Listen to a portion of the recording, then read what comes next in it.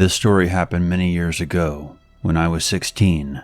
My parents had gone out for the night, leaving me home alone. I began my evening by watching television. After a while, I heard something at my front door. It wasn't a knock. It was more like someone had tripped on the front step and fell into the door. I muted the TV and slowly made my way to the front door to check things out. I peered out and saw nothing but an empty porch. We live near a forest, so I figured it was a raccoon or maybe a feral cat messing around outside.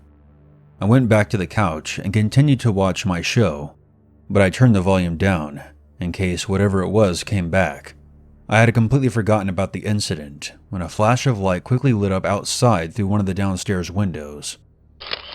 Again, I got up to check it out, turning on one of the exterior lights, but I saw nothing.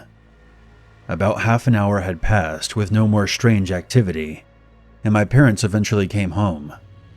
I told them what happened shortly after they came inside.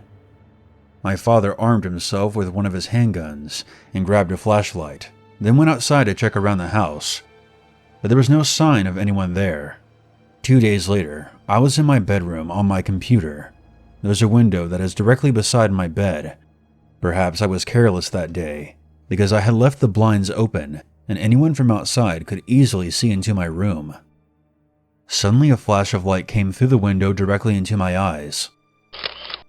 I shouted for my parents as I shielded my eyes from the light, and they immediately came rushing in. I told them what happened, and my father checked outside once again, but like before, he didn't find anyone. At this point I was terrified, and I couldn't stand to be alone in my room anymore. I slept in my parents' room over the next 4 days, but I finally went back into my room. I'm a bit of a scaredy cat, but I knew that I needed to give my parents some privacy. I was changing in my room after a shower when I heard a faint rustling sound from outside. Out of the corner of my eye, I saw a dark figure crouching just outside my bedroom window. This time, I didn't panic. I acted like I didn't see the intruder and continued to dress myself. I then left my room calmly, then told my dad what I saw. He went outside with his rifle, and shortly after, my mother and I heard my dad shouting at someone not to move. My mom then immediately called the police. The police arrested a disheveled-looking man who was wearing nothing but his underwear. Apparently the man was under the influence of heavy drugs. The police found a mountain of empty beer bottles, some lotion, a camera, and a machete in some nearby bushes.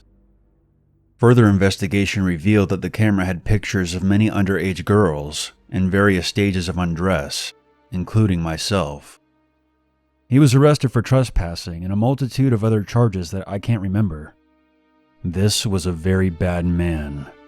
It turns out he was the prime suspect in the disappearance of a young girl in the next county over. He had previously been arrested for domestic abuse and dealing drugs, and had also been convicted of a rape charge some years back. From what I've heard, the body of the missing girl, who was around my age, was found in his garage. Every day I wonder what could have happened to me if I hadn't kept my cool when I saw him at my window, if I had freaked out and gave him a chance to retreat to his hiding spot.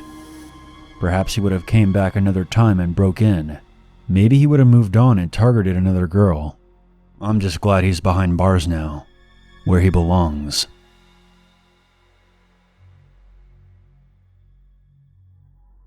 I was 26 when this happened. I was working at a small-town grocery store as the early morning baker, with a shift starting at 5 a.m.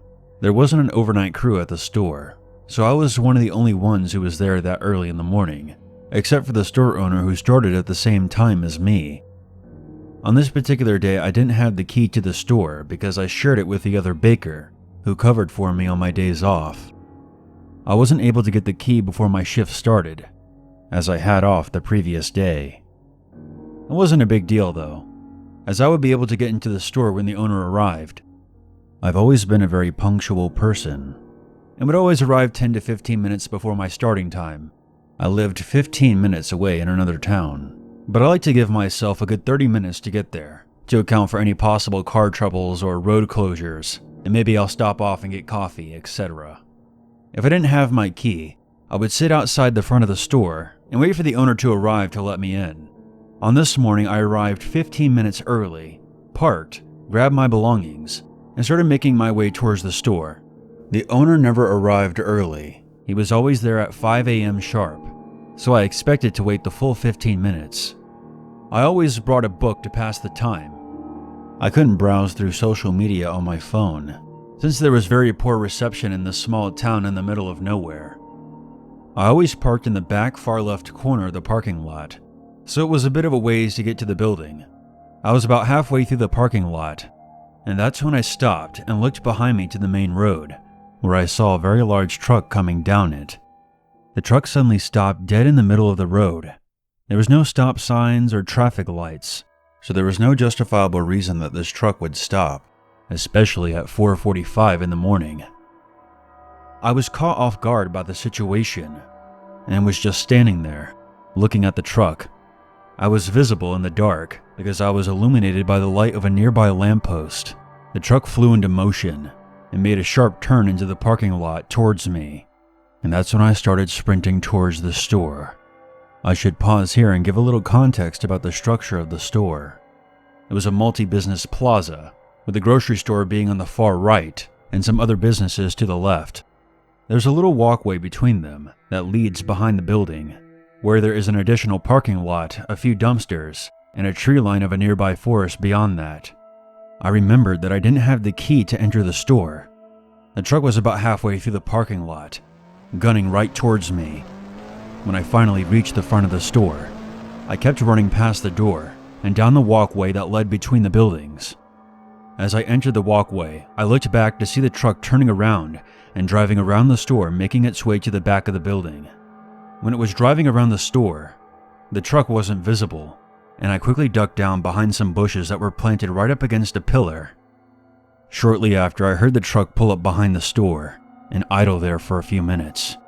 I stayed hidden, looking for something that I could use to defend myself just in case.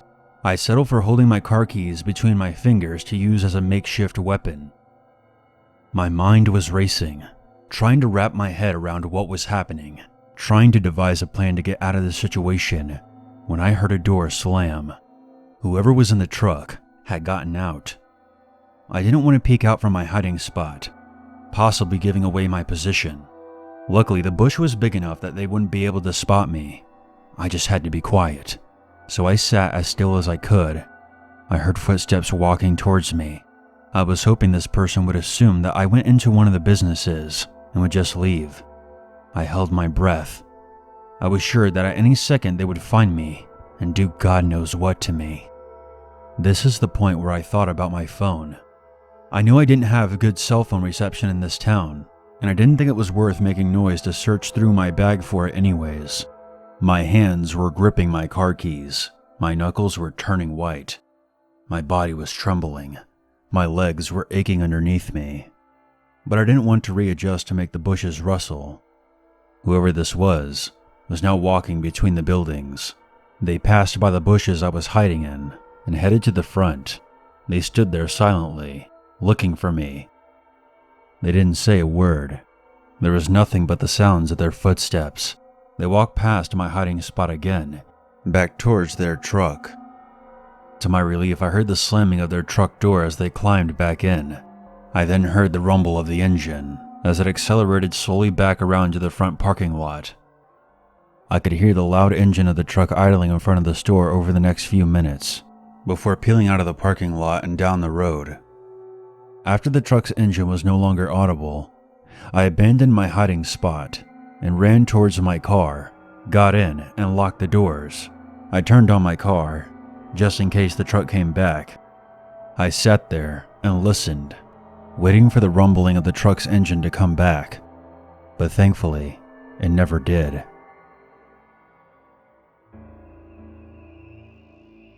This happened to me in the summer of 2008.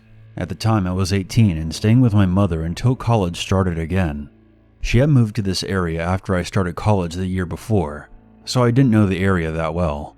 This is important for the story. My mother often traveled for work, so most days I was on my own. Every week I would stop for a slice of pizza at the shop that was near the house. After a few weeks, an employee of the pizza shop struck up a conversation, asking questions like, do I live close, how old was I, what school I went to, etc., and ultimately asked me out to go dancing. I don't remember exactly how old he was, but he was definitely older than 21, but younger than 40. Despite only having formally met this guy that day, I stupidly accepted because I was bored. I had been fairly sheltered my whole life. I was extremely shy and had never been asked out in such a way. I honestly thought that I was rebelling in some way by agreeing to go out with him. I gushed about it to my best friend, who lived in the next county over. She was excited for me. I had already planned to visit her the following day and promised her all the juicy details. I agreed to meet the guy that night outside of the pizza shop. He offered to pick me up from my house, but I said no simply because I didn't want to have to explain to my mother who he was if he ever decided to show up unannounced. At the time, I felt that she asked too many questions, but in reality, she didn't ask enough. And should have just met him at whatever club we were supposed to go to, which he never named. But again, I was a dumb 18-year-old. And I thought this guy was such a gentleman for insisting that he drives me. The second I met up with him, things started going south. I parked my car and got out to greet him. To my surprise, he was still in his work clothes. He claimed that he was just getting off work, which he didn't mention would be the case earlier when we set the time. I thought it was weird. But I still got in his car. He told me after I was already in his car and we were up the road that he needed to go home first and clean up. I was immediately on edge, but I didn't want to anger him or ruin the night before it started, so I reluctantly said okay. We got to his apartment, and I hesitated to enter, but he ever so gently put his hand on my back and steered me inside. He turned on the TV for me and told me to get comfortable. I said I was fine and shuffled my feet a bit. Clutching my purse and looking around the room, mentally recounting the path to the exit, I was relieved when he went into his room and closed the door. I then heard the sounds of running water. I relaxed a little and sat on the couch to watch TV. Not long after that, he came out of his room. My mind has blocked the details of this part. He was either completely naked or had a towel loosely covering his privates, but he was definitely not clothed. I thought about running, but I didn't know where I was, and this was before Uber. He tried talking to me about something mundane, as if he wasn't standing nude in front of a girl he had just met that day. I answered, but kept my eyes firmly on the TV. He finally gave up and went back into his room and got dressed. He came back out and said that he was ready to go. I was super glad to get out of there. I thought we were going dancing, and a lively atmosphere with more people around would have made me feel better. But when we got back to his car, he drove a ways, until we came to a shopping plaza with stores and restaurants. In my head I thought, there's no way that there's a dance club here. And there wasn't.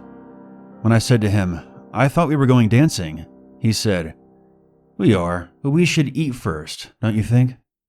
So again, while internally screaming to get out of there, I agreed to go eat with him because now I was even further from home, and he was my ride back to my car.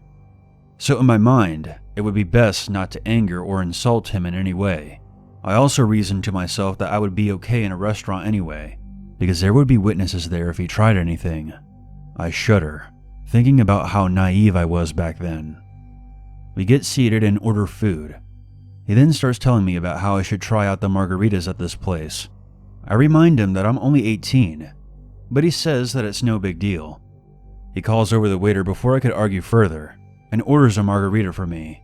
Just one for me and nothing for himself. The waiter asked me my age, and I thought that this was my way out.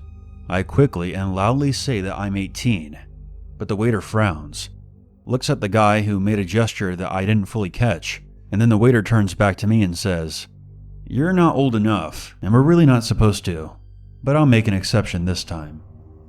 I was shocked.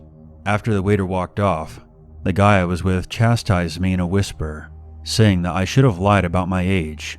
I asked him if he was serious, half annoyed, half exasperated, and said that I barely passed for 18, and that no one would believe that I was any older than that. He shrugged, and I nibbled my food, bitterly cursing myself for getting into this mess, and praying that I would make it home alive. The margarita came out, and it was massive. I tried to get away with not drinking any, but the guy noticed and pushed it closer to me. I was desperate to keep my wits about me, but I didn't know how he would react if I flatly refused to drink it, so I took a few sips. Whoever made the drink was heavy-handed, to say the least. I was a complete lightweight, and was only about 110 pounds on top of that, so those few sips I took got me very buzzed. I had been at college for a year by this time, and learned some basics about drinking. Yeah, most of us drank underage, sue me. I tried to shovel more food in to soak up some of the alcohol, but as small as I was already getting full and didn't manage to get enough in to sober up. Thinking back, the guy watched me like a hawk, every sip, every bite. I kept my head down and could barely look at him in the eye. My vision was slightly blurry now, and I'm sure my eyes drooped a little too. I remember telling him that I no longer wanted to go dancing and just wanted to go home. Before I knew it, he settled the check, and we were out the door and back in his car. He asked me if I was drunk with a chuckle, and I told him, no, not even close, trying my best not to slur my words, but I have no idea what I looked like. I must have looked like prey, because it was at this point that he made his move. He started saying how beautiful I looked, and how good I smelled. He put his hand on my thigh and rubbed it.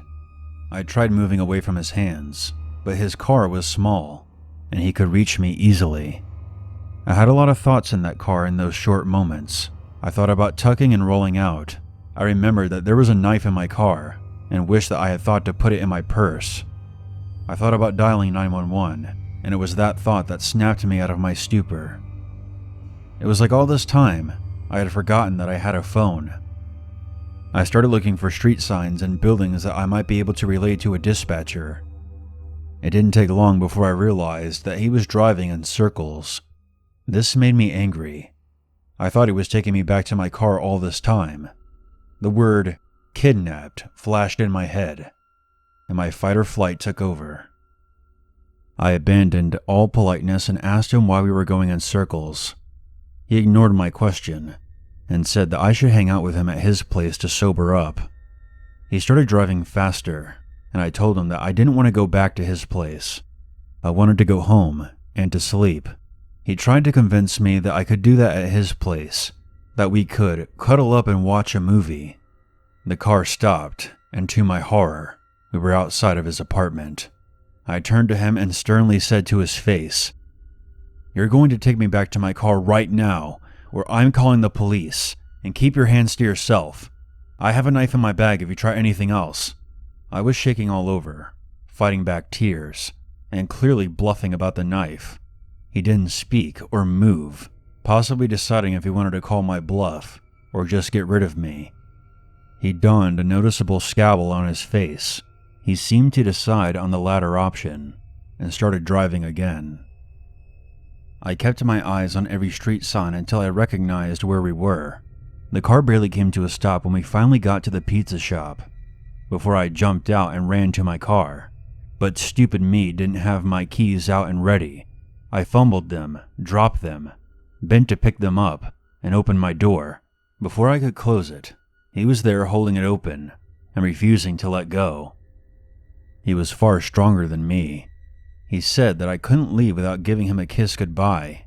I briefly considered running him over, but decided against it. I gave the quickest peck on the cheek, pushed him back, and slammed and locked my door. He actually tried to reopen it. I turned on the car, but hesitated. I was still buzzed, and I knew that I shouldn't drive, but if I waited, this guy would follow me home. I was only 4 blocks away, and it was past 11 a.m., so I took the chance and gunned it out of there. He wasn't back in his car yet, so I had a head start. I checked my rearview mirror the whole way, and drove around the block by the house, and parked in an alley to make sure that I wasn't followed. I pretty much spent the rest of that night crying. He had my number and tried calling and texting me several times, but I didn't answer. The next day I went to my friend's house and told her everything. I was distraught and scared, The calls from him continued. This was pre-smartphone days, and I had no idea how to block his number. Eventually, my friend's older sister grabbed my phone, mustered up her most ghetto voice possible, and yelled into the phone about what was going to happen to him if he didn't stop calling. The calls stopped immediately after that. I never told my mother about what happened, and I never went to the police, but I also never saw that guy again. I only ever went back to that pizza place once after that, and my friend was with me. I don't remember whose idea it was to go. Maybe I wanted to show her who the guy was, or maybe we just wanted a cheap pizza. Fortunately, he wasn't in the front. We ordered the pizza, and I made the comment that he might spit in our food if he knew it was me. A rather shocked guy behind the counter asked why I would say that, and I gave him a brief rundown of what happened.